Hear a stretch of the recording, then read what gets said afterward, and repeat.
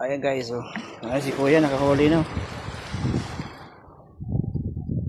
So, good size canoping fishing.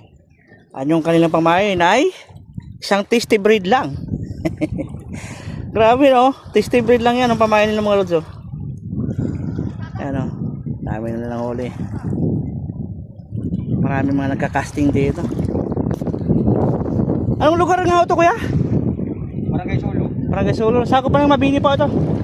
Ayun. Barangay Solo. Ayan. At dito nyo na yung area mga lods. Maganda.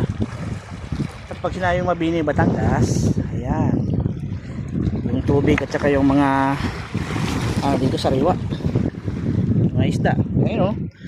Pangalawang kuha na daw ni kuya yan. Canoping. Yeah. Good size talaga. Ano yung kuya pag nahuli nyo, binibinta nyo? Abang yung ulam lang. Ulam lang po. Parang katuwaan na rin kasi ito yun, no? Opo. Pagka ano lang narinig kami na may trabaho din. Talagang ano na lang. Oo. Libangang oras na lang daw. Isang linggo trabaho, ito naman ano nyo. Ang palipas oras. Tama nga naman ho ito, kasi mag-inom na mag-inom ano. Okay, so, katuwa tingnan no? Nagmimiwas. At tinapay lang. Tasty breed lang yung katapat ha.